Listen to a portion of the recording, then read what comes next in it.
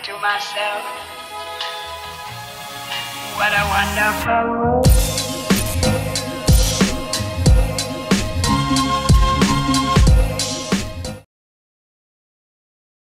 Halo semuanya, selamat datang kembali di Story Film. Lebih dari 1 dekade kita sudah dibawa masuk ke dunia penuh teror oleh semesta The Conjuring. Dari Annabelle, The Nun, hingga kasus-kasus menyeramkan yang ditangani langsung oleh pasangan demonologis legendaris, yaitu Ed dan Lorraine Warren. Semua kisah itu kini bermuara pada satu film penutup yang paling ditunggu-tunggu, yaitu The Conjuring Last Rites. Dan bisa dibilang kasus nyata yang satu ini merupakan kasus paling berbahaya dari semua kasus yang pernah mereka hadapi. Di film ini kita nggak cuma disajikan horor yang mencekam, tapi juga kisah emosional terakhir keluarga Warren. Mulai dari rahasia masa lalu mereka, warisan kemampuan yang diturunkan kepada anak mereka yaitu Judy, hingga pertarungan pamungkas melawan kekuatan iblis yang selama ini menghantui. Dan inilah kisah penutup yang bukan hanya menjadi akhir perjalanan Ed dan Lorraine, tapi juga menjadi salam perpisahan bagi seluruh semesta The Conjuring. Gak usah berlama-lama lagi, mending kita langsung aja masuk ke alur filmnya. Enjoy the video. Cerita dimulai pada tahun 1964, saat Lorraine sedang hamil si Judy, anaknya bersama Ed. Mereka lalu mendengar keluhan dari Victoria, anak pemilik toko barang antik. Victoria bercerita kalau ayahnya sering diganggu hal-hal aneh, mulai dari suara misterius sampai perasaan yang selalu diawasi. Awalnya Victoria tidak percaya, sampai akhirnya sang ayah bundir. Meski sempat ragu, tapi setelah kepergian ayahnya, Victoria juga mulai merasakan gangguan yang sama. Karena penasaran, Lorraine pun melihat-lihat koleksi di toko tersebut. Hingga matanya tertuju pada sebuah cermin yang memancarkan aura mistis. Lorraine yang tidak mau gegabah akhirnya izin memperkenalkan dirinya. Namun saat dia menyentuh cermin itu, tiba-tiba permukaannya retak. Dan seketika Lorraine mengalami kontraksi yang hebat. Ed pun buru-buru membawa istrinya ke rumah sakit.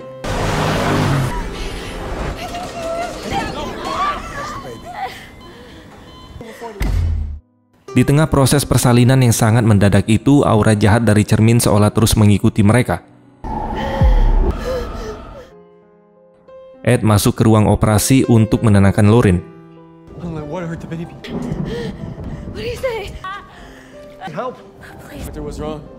Tapi ketika bayi mereka lahir, dokter menyatakan bahwa sang bayi tidak bernyawa. Lorraine pun memeluk erat jasad anaknya sambil berdoa penuh harap agar buah hatinya bisa dikembalikan. Lalu sebuah keajaiban benar-benar terjadi. Tidak jelas bagaimana nasib cermin mengerikan itu. Begitu juga dengan Victoria. Setelah kejadian tersebut, Ed dan Lorraine pun fokus membesarkan anak mereka.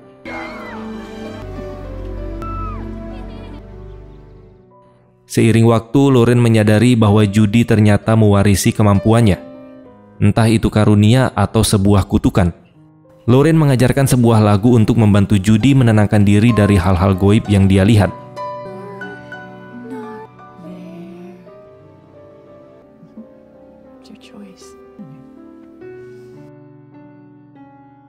Di tahun 1986,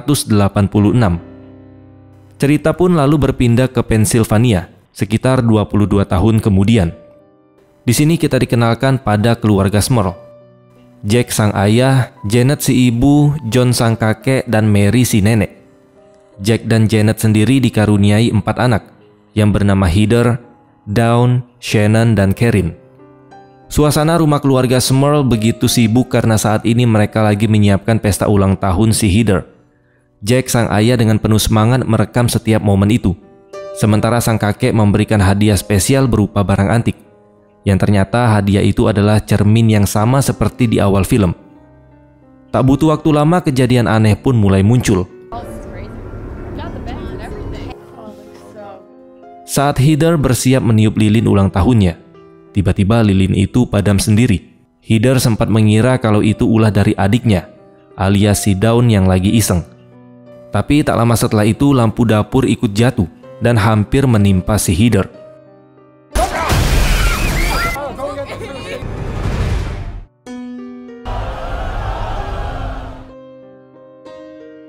Kemudian cerita pun beralih ke Ed dan Lorraine Warren yang sudah pensiun dari dunia investigasi. Meski kadang mereka ini masih memberi kelas untuk anak-anak yang usia muda. Dalam salah satu sesi mereka menceritakan kasus Annabelle dengan Judy yang juga hadir di kelas tersebut. Namun tak satu pun dari para murid benar-benar menanggapi serius cerita dari Ed dan Lorraine.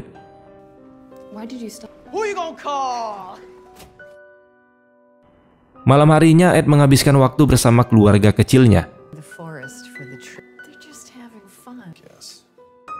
Ternyata alasan mereka memutuskan pensiun adalah karena kondisi jantung Ed yang semakin lemah. Beberapa hari lagi Ed juga akan merayakan ulang tahunnya. Di momen itu Judy pun meminta izin pada orang tuanya untuk mengundang pacarnya yang bernama Tony. Lalu tiba-tiba Lorraine merasakan aura jahat di sekitarnya. Judy pun terlihat melantunkan lagu penenangnya. Tanda kalau dia juga merasakan hal yang sama. Saat Lorraine mencoba menenangkan putrinya, sosok tangan misterius sempat muncul di hadapan mereka. Meski begitu, keduanya berusaha mengabaikan hal tersebut. Firasat buruk itu kemudian membawa kita kembali ke keluarga Smurl. Keanehan di rumah mereka semakin menjadi-jadi. Kali ini Janet yang mengalaminya. Ketika dia mendengar ada suara memanggil dan seolah terus diawasi.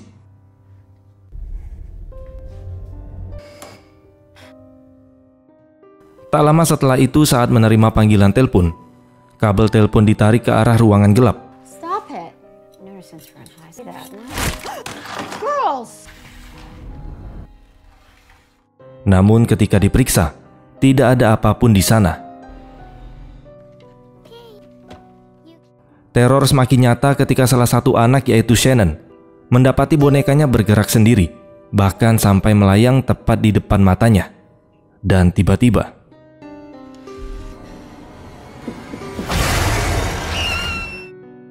sosok mengerikan benar-benar menampakkan dirinya. Malam itu keluarga Smurl makan bersama. Sementara aduan Shannon tentang makhluk menyeramkan tadi tidak ada yang menghiraukan.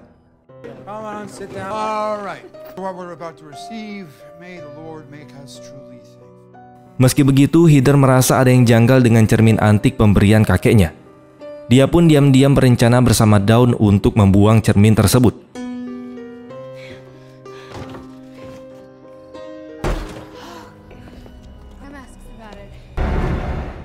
Keesokan paginya, petugas sampah datang dan menghancurkan cermin itu.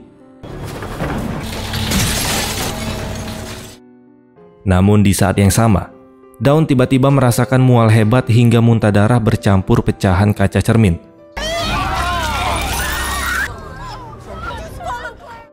Sementara itu, Ed tengah memeriksa kondisi jantungnya. Dokter memperingatkan bahwa keadaannya semakin memburuk dan serangan jantung berikutnya bisa sangat berbahaya bagi hidupnya.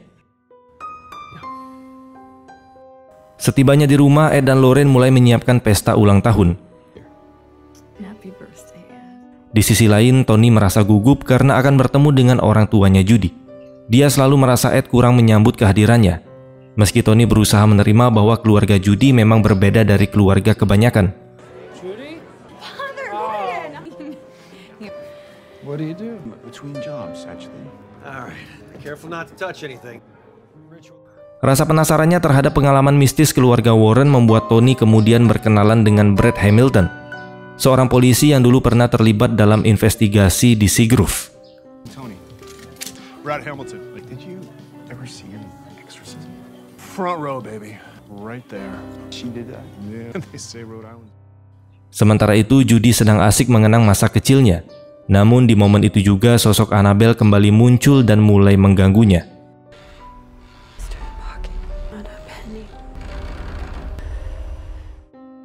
Tony pun menemukan Judy dalam keadaan gelisah dan berusaha menenangkannya.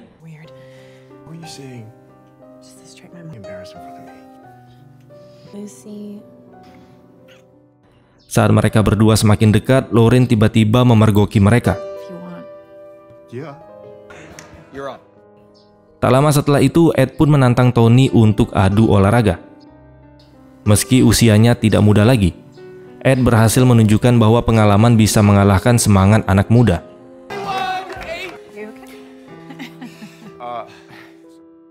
Di sela-sela momen itu, Tony akhirnya memberanikan diri menyampaikan niatnya kepada Ed dan Lorraine bahwa dia ingin melamar Judy. Awalnya Ed menolak niat Tony. Said that you guys, That was Judy. Yes, obviously, yes. Tapi karena Judy sudah terlanjur bahagia mendengarnya, akhirnya Ed pun terpaksa merestui hubungan mereka. Yeah. Di penghujung pesta, Gordon meminta bantuan Ed dan Lorraine untuk menyelidiki gangguan aneh yang dialami sebuah keluarga. Keluarga itu ternyata adalah keluarga Smurl. Namun karena sudah pensiun, Ed dan Lorraine menolaknya dengan halus. Sementara itu, keluarga Smurl mulai benar-benar diganggu dengan kejadian-kejadian aneh di rumah mereka. Pertengkaran pun terjadi di antara Dawn dan Jack, yaitu sang ayah, yang masih sulit percaya pada hal-hal goib. Rio! It wants to kill us! That is not what I'm saying. Namun keraguannya langsung musnah. Ketika pada malam itu, Jack sendiri yang melihat sosok entitas mengerikan yang hampir saja merenggut nyawanya.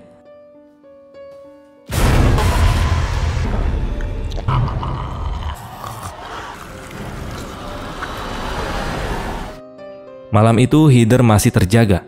Dia penasaran dengan kejadian lilin yang tiba-tiba padam di pesta ulang tahunnya.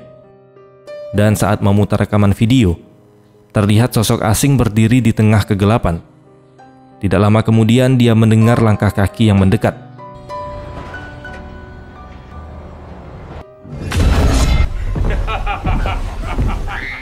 Sosok misterius itu hampir saja membunuhnya. Tapi teriakan Heather justru menyelamatkan Jack dari kematian. Dengan kejadian itu, Jack akhirnya tidak bisa lagi mengandalkan logika semata. Teror ini jelas-jelas mengancam keluarganya.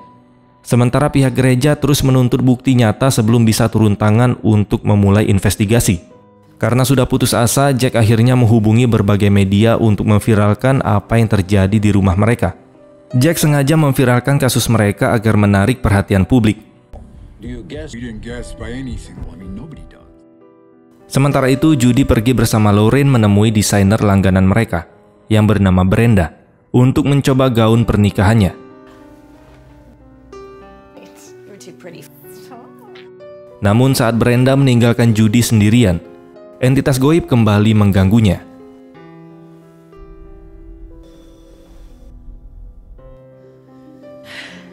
Starting to get really claustrophobic. Ow.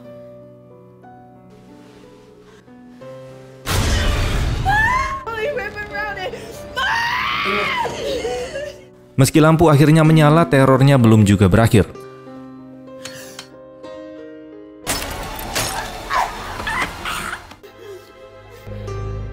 Kembali ke rumah keluarga Smurl, gangguan semakin parah, hingga pada satu kejadian Mary sang nenek didorong jatuh dari tangga dan harus dilarikan ke rumah sakit. Gegernya berita tentang keluarga Smurl akhirnya membuat Pastor Gordon datang ke rumah Janet. Namun dia membawa kabar buruk, karena meski kasus mereka sudah ramai diberitakan media, pihak keuskupan tetap belum percaya begitu saja. Ditambah lagi rekan pastor yang seharusnya bisa membantu tidak dapat hadir. Meski begitu, Gordon merasa iba dan mencoba melakukan ritual pembersihan tanpa izin dari keuskupan.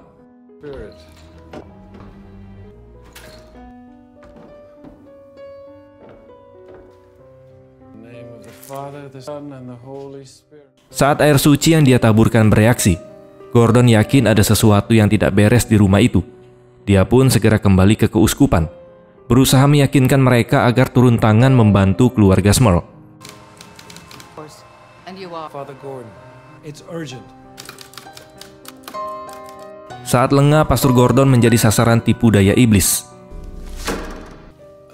Hello?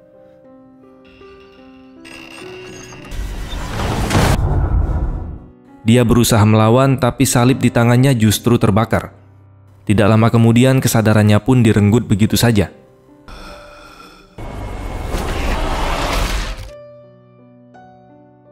Sementara itu, Tony berusaha mengambil hati Ed dengan memperbaiki motor tuanya.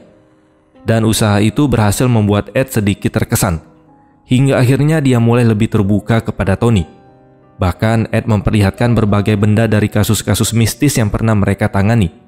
Ed akhirnya meminta maaf pada Tony karena selama ini terkesan mengekang dan seolah tidak merestui hubungannya dengan si Judy.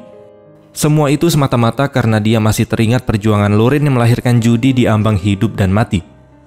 Namun momen itu terhenti saat Lorraine dan Judy datang membawa kabar duka, di mana Pastor Gordon telah meninggal dunia.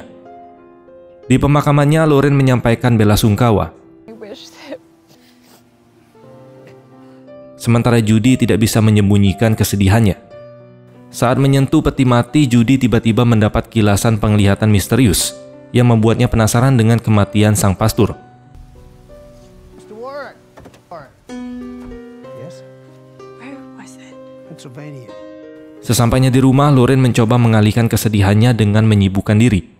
Lalu fenomena aneh terjadi ketika Lauren mendapati saluran wastafel di rumahnya tersumbat dikarenakan kalung liontin milik Judy. Kemudian tiba-tiba aliran darah membanjiri dapur.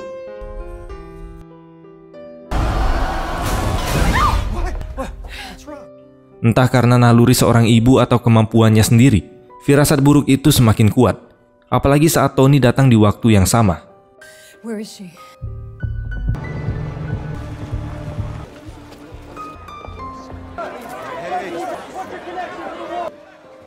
Rupanya Judy diam-diam pergi mengunjungi keluarga Smurl. Meski ketakutan, pada akhirnya rasa kemanusiaannya membuat Judy berani mengambil langkah tersebut. Dia pun memarahi Judy karena bertindak sangat gegabah. Tapi Judy menjelaskan bahwa kilasan penglihatannya lah yang membawanya ke tempat ini. Dengan keyakinan penuh, Judy memujuk kedua orang tuanya agar mau membantu keluarga Smurl. I don't know why I'm here. They need you. Akhirnya Ed dan Lauren pun menuruti keinginan anak mereka dan memulai penyelidikan. Gone to the press. The beginning. When did it start? Namun Judy mengungkapkan pada Tony bahwa ada sesuatu yang lebih besar lagi. Sesuatu yang sebenarnya telah menuntunnya ke rumah ini.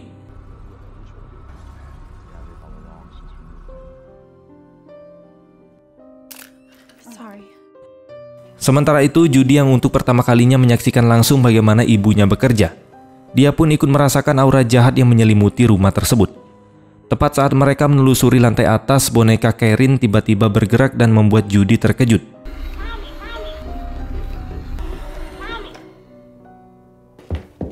You like dolls? Not really. Lauren pun melanjutkan langkahnya, membuka satu persatu ruangan, hingga dia mendapati berbagai fenomena mistis yang muncul di depan matanya. Bayangan samar, bisikan tak jelas, hingga hawa dingin yang sangat menusuk.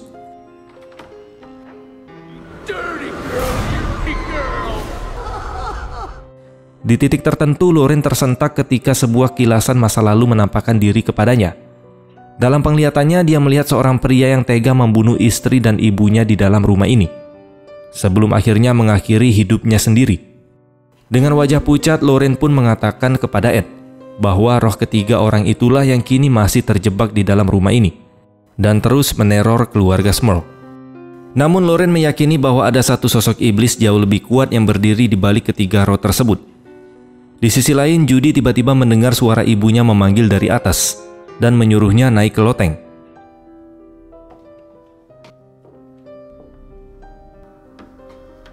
Saat sampai di sana, Judy dibuat terkejut ketika menemukan cermin terkutuk yang dulu pernah mereka hadapi. Cermin yang seharusnya sudah hancur, kini kembali utuh tanpa cacat.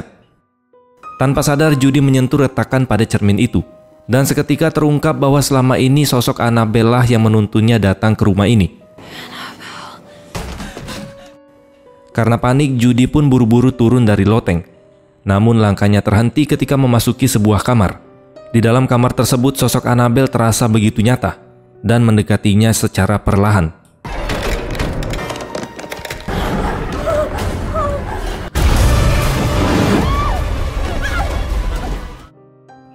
Dengan suara gemetar, Judy mengatakan pada ibunya bahwa ada sesuatu di loteng, dan dia menceritakan tentang cermin yang dia lihat.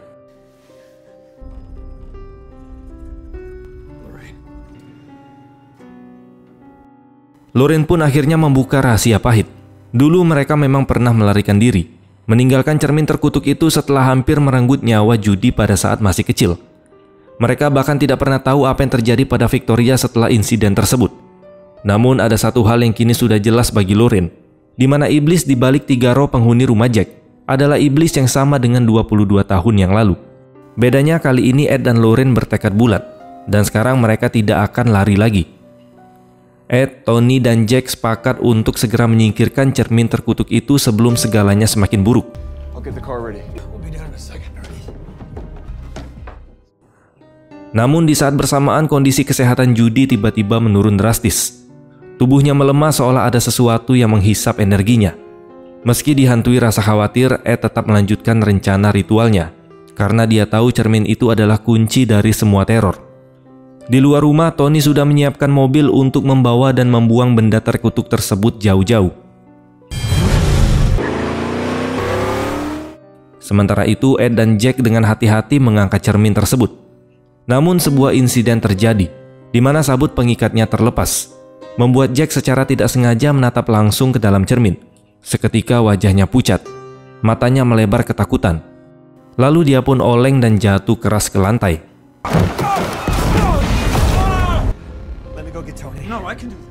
Saat Tony memutar balik mobil ke arah rumah, satu sosok mengerikan muncul di hadapannya, yang membuat malam itu berubah menjadi teror yang tidak bisa lagi dihindarkan. Di dalam rumah, Lauren sempat memeriksa keadaan Ed. Namun saat kembali, dia mendapati raga Judy sudah dirasuki oleh iblis. Judy. We've been waiting so patiently for little Judy to come back to us.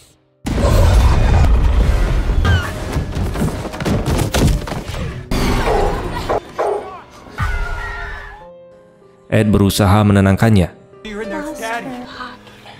tapi justru memicu penyakit jantungnya hingga dia pun terjatuh.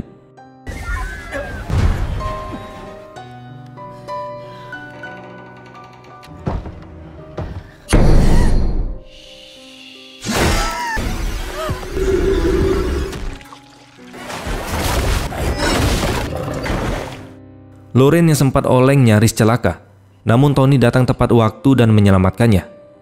Saat itu Lauren sadar yang diinginkan iblis sebenarnya adalah si Judy. Tidak lama kemudian Judy dicekik oleh ikatan goib hingga tubuhnya terjatuh.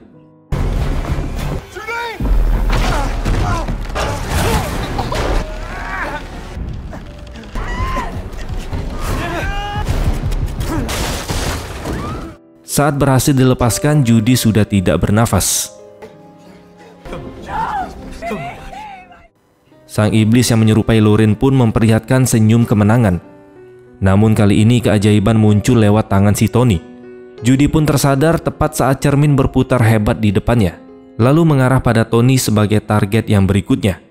Ed meminta Lauren membawa Judy pergi dari sana, tapi Lauren menolak. Dia sadar selama ini dialah yang mengajarkan Judy melarikan diri dari rasa takut dengan sebuah lagu. Dan kini Judy tidak boleh lari lagi dari rasa takutnya.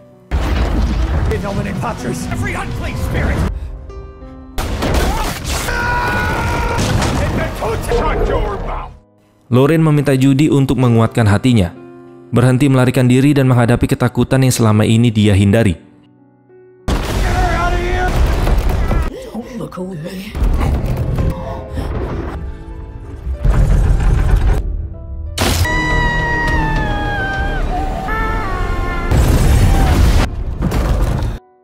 Hingga pada akhirnya keyakinan mereka bertiga mampu meredakan amarah dari cermin terkutuk itu. Ed pun membawa cermin tersebut ke tempat penyimpanan, dan keluarga Jack akhirnya bisa hidup tenang tanpa adanya gangguan.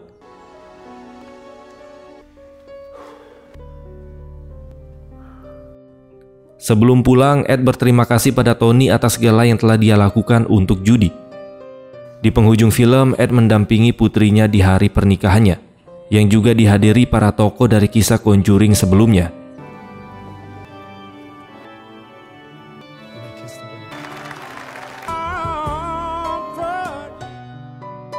Kemudian film ditutup dengan beberapa potongan dokumentasi nyata dari kasus-kasus Ed dan Lauren Warren.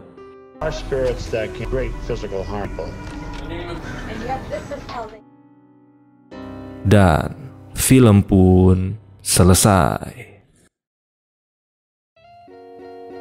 Ending yang sangat mengkonjuringkan.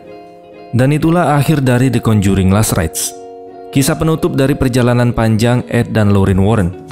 Setelah bertahun-tahun menghadapi kegelapan, akhirnya mereka bisa menutup lembaran terakhir dengan satu pesan penting, di mana iman, cinta, dan keberanian adalah senjata paling kuat melawan iblis sekalipun. Film ini bukan hanya menutup kasus paling berbahaya yang pernah mereka hadapi, tapi juga menjadi salam perpisahan bagi The Conjuring Universe. Sebuah warisan horor yang akan terus diingat, sekalipun kisahnya sudah berakhir. Tapi harus digarisbawahi, walaupun ini menjadi film penutup bagi perjalanan Ed dan Lorraine, bukan berarti The Conjuring Universe seluruhnya berhenti. Masih ada kemungkinan spin-off yang baru, proyek lain, atau cerita tambahan yang fokus ke karakter berbeda. Seperti contoh si Judy, anaknya Ed dan Lorraine. Kita tunggu aja gimana kabar terbarunya nanti. Oke lah teman-teman, mungkin ini aja yang bisa kita bahas pada kesempatan kali ini. Terima kasih sudah menonton dan sampai jumpa di next video.